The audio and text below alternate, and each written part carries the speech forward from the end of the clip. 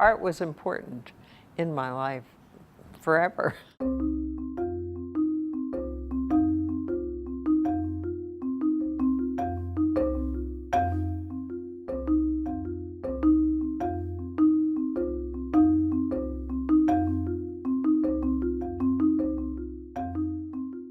I was an art major in college. I wanted to be an artist.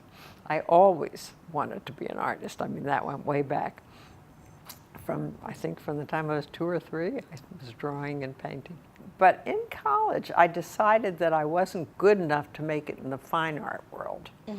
I thought, well, I could be a teacher. Tell me about your experience as an art teacher. In what ways was it fulfilling, and in what ways was it not exactly what you were looking for? Well, I got in a lot of trouble, actually, as an art teacher. Really? Yeah. I refused to use the stencils that the teachers were using to have kids color within the lines, awesome. Which is actually a very timely issue, as you know. I didn't want to use those. So I loved working with the kids, I really did.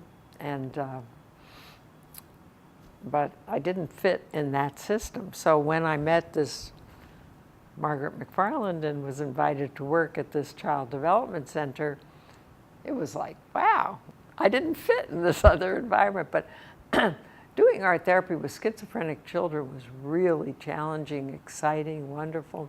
Did you go into that, like how much experience had you had with art therapy? How much did you even know what it was? You know, this is 1963. Yeah. There were 2 writers, Margaret Naumburg, Edith Kramer, and so I went to see them. They lived in New York. My parents lived in New York. And I said, what should I do? I don't know what to do. There was no formal study in the field. And they each said, go into therapy so you know yourself, which is important. If you're going to be a therapist, you really have to know about yourself. And then get a really good clinician who's experienced to supervise you. It doesn't matter what their discipline. And so tell me about how you met Fred Rogers. Oh, well, see, Fred worked in the same department. It was the Department of Child Development, which at Pitt at the time was in child psychiatry, which is rarely the case. But it was an era when psychoanalysis was the only game in town. So when I went to work there, Margaret, our joint mentor, said, oh, there's this guy you got to meet. He's like you, but he's up in Canada now, but he's coming back. You'll like each other. So he came back, and he would work with the kids in the classroom, and I would observe him, and we would go to staff meetings together.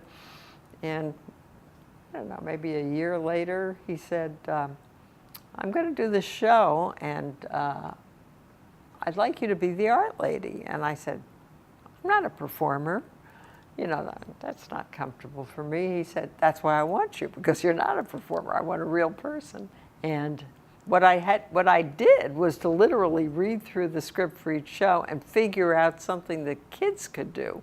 And would you guide step by step through an art project, or was it more just a open space? Yeah, like if the theme was birds, I say, can you make birds? And here's some stuff you can use, a lot of different materials. And he was very clear that it had to be materials that people could have in their home that weren't expensive or fancy art materials. So we used sponges and cotton balls and all, aluminum foil, stuff like that. But he was fun to work with. He really was. He was a lovely, lovely human being, and I learned a lot from him. And how have you seen the field of art therapy change throughout your time in it? Wow. I mean, it's just amazing to me. I can't believe how much it's grown. When I was on the board, when I was president, which was a long time ago in the 70s, we were just beginning to set standards. Training programs were just beginning to develop.